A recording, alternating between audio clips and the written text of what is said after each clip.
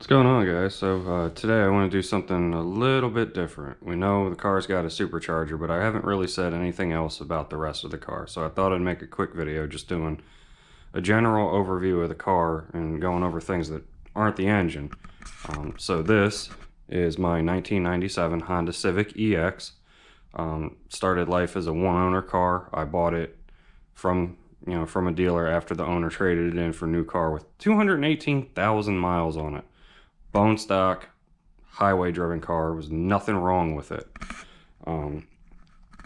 So yeah, I mean, we got the supercharger and we talked about the engine bay, so we're just gonna close this and go around the car.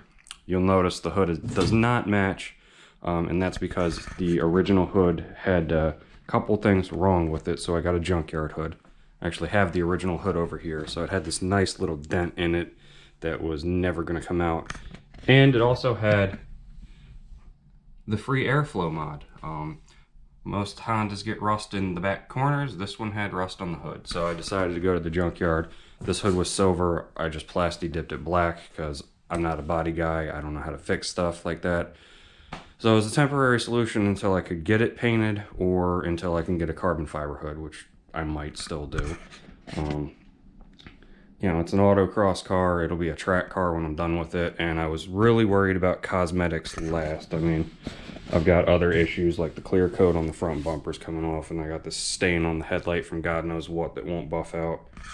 Got your typical eBay front lip that's just drilled onto the bumper, just to add a little bit of looks down on the front there. If we come around, we come down to the wheel here.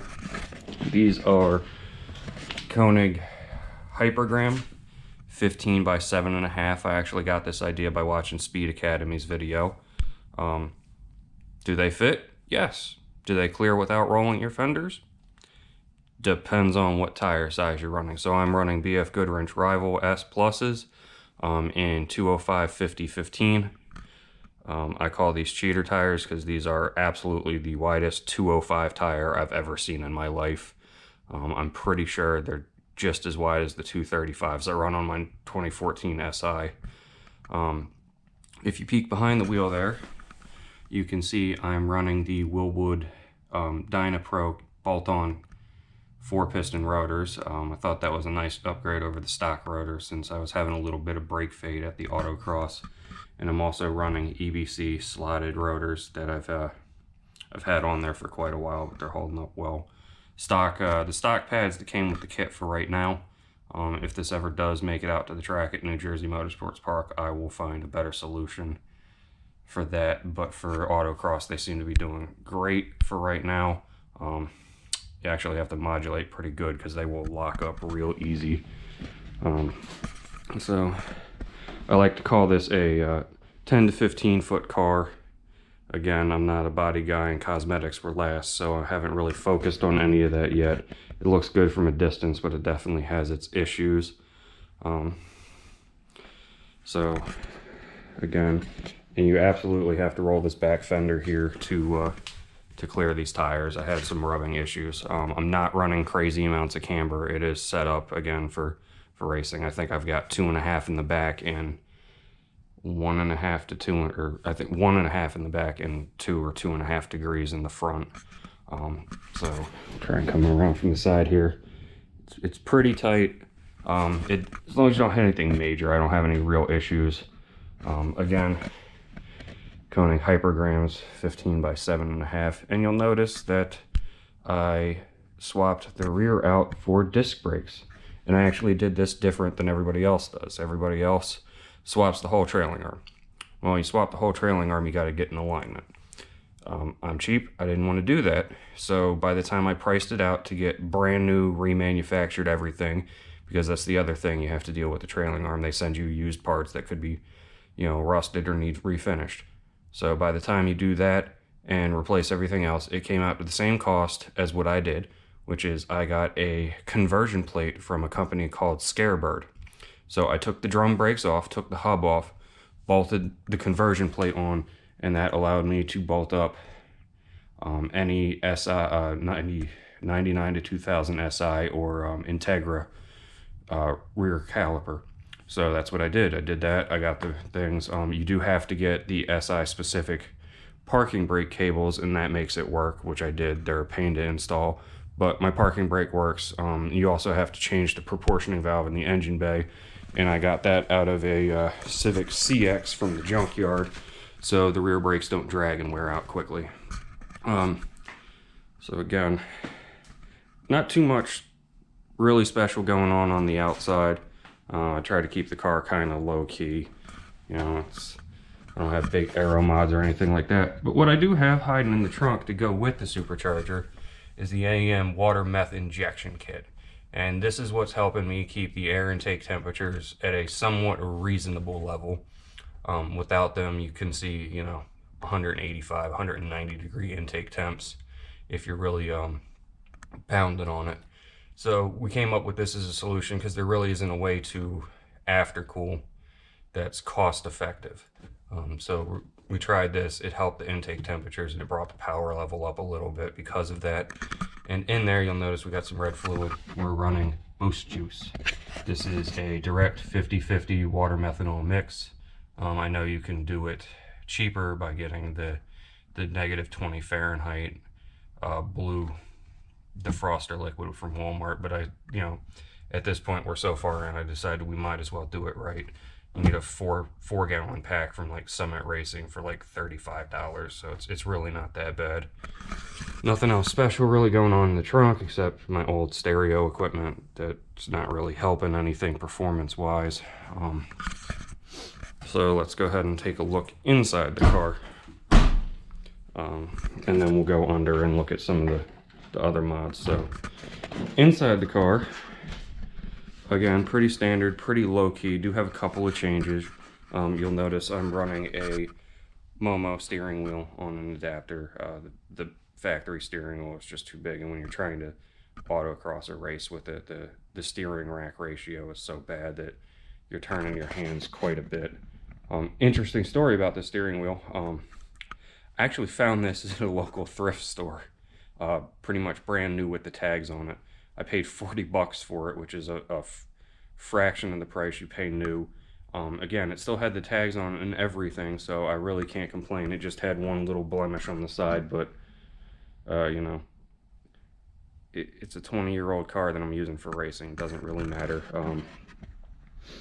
Got my standard arrangement of gauges that you need anytime you have engine upgrades. So we got oil pressure, boost, and a wideband. I will be adding water temp, oil temp, and a voltage gauge here in the near future on around the instrument cluster. I have those parts laying and I just haven't gotten to it.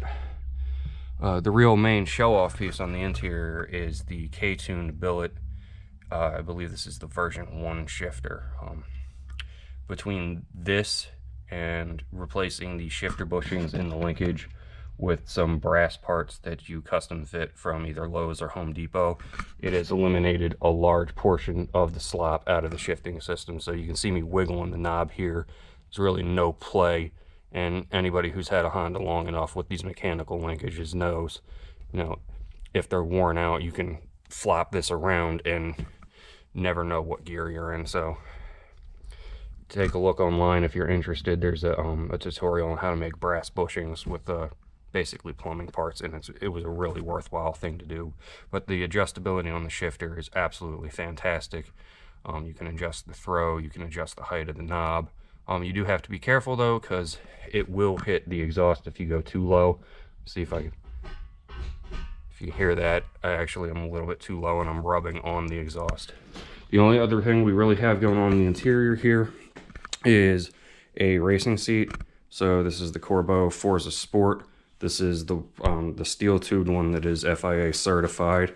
I thought that was a good choice at the time. It's probably expired by now because it's taken me so long to build this car, but it is good for, you know, holding you in place when you're doing high performance driving, and it's comfortable enough for driving to and from the track. Now, I wouldn't road trip this car across the country in this seat.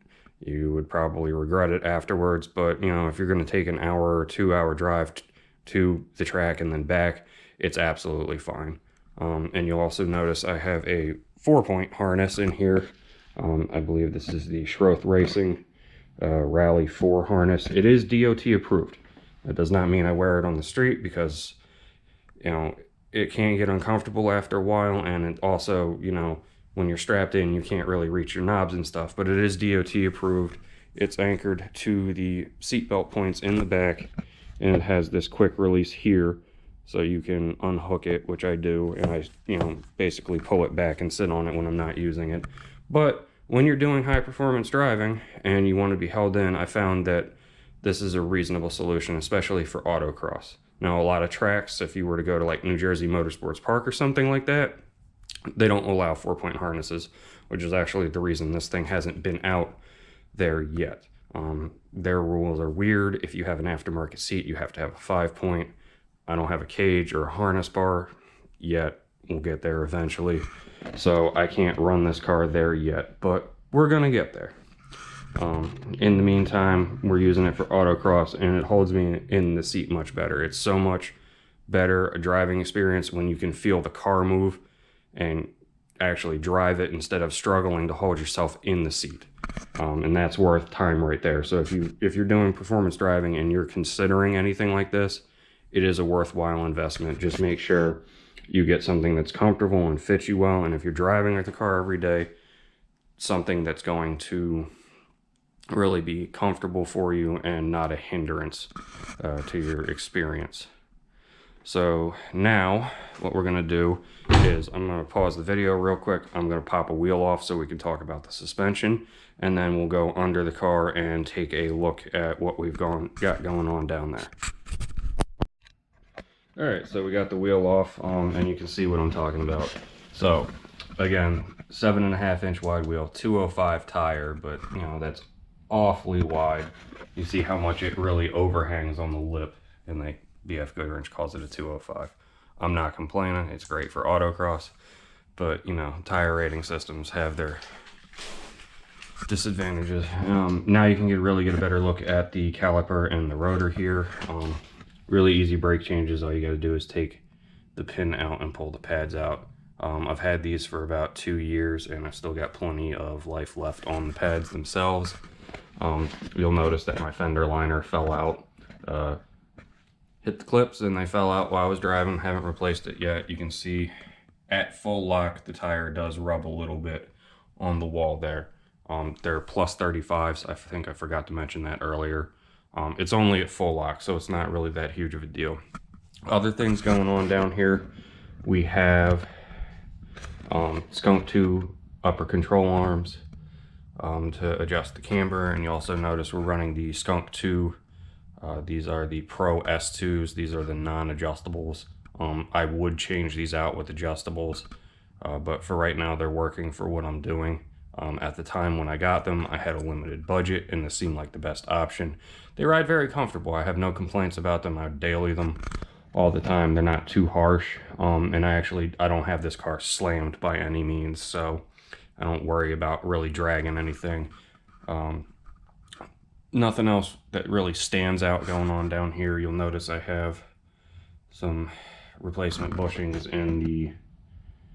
on the sway bar. This is the stock EX front sway bar. I did not change that.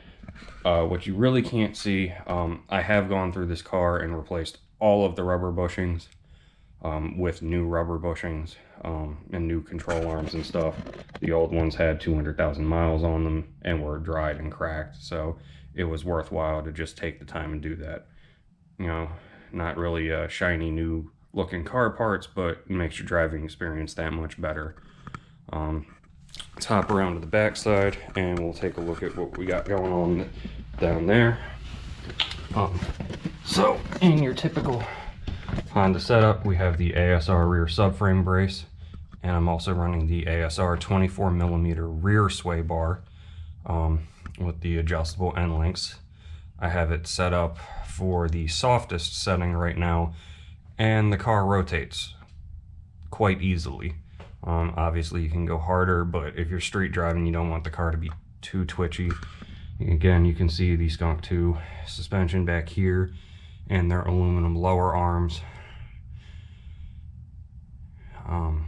You know, This is about the shiniest pieces I have on the car. Again, I try to keep everything relatively subtle, but you know, still want it to look nice.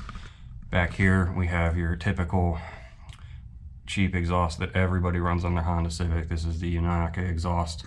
I do like it. I probably bought this 8 years ago, maybe 9. It's held up pretty well. I've only taken it off and really cleaned it once, but you can see it hanging down there. You know, 8 or 9 years ago was about when they came out with this, so there was a little fitment issue, and I did have to have a shop cut and extend it. I don't know if maybe they sent me the wrong one or what, but overall, for the price, and I believe at the time it was $269, great option, good sound, doesn't have that raspiness. As long as you have your catalytic converter still in the car, you take that out and you get your typical Honda racy sound. I still have mine because I have to pass emissions, and because I'm not making enough horsepower where it really makes a difference. Other than that, under the car, I don't really have too much else going on. It's your typical 20-year-old car stuff. Again, I've replaced all the rubber bushing, so everything's relatively new, just to help, you know, keep the car tightened up. So that's just a quick overview of, again, this is a 97 Honda Civic EX. It does have the Supercharger, and this was, you know, this is my autocross and track build. If you have any questions or comments or anything like that, feel free to drop them below. Thanks for watching. You know, I hope to see you guys in the next video.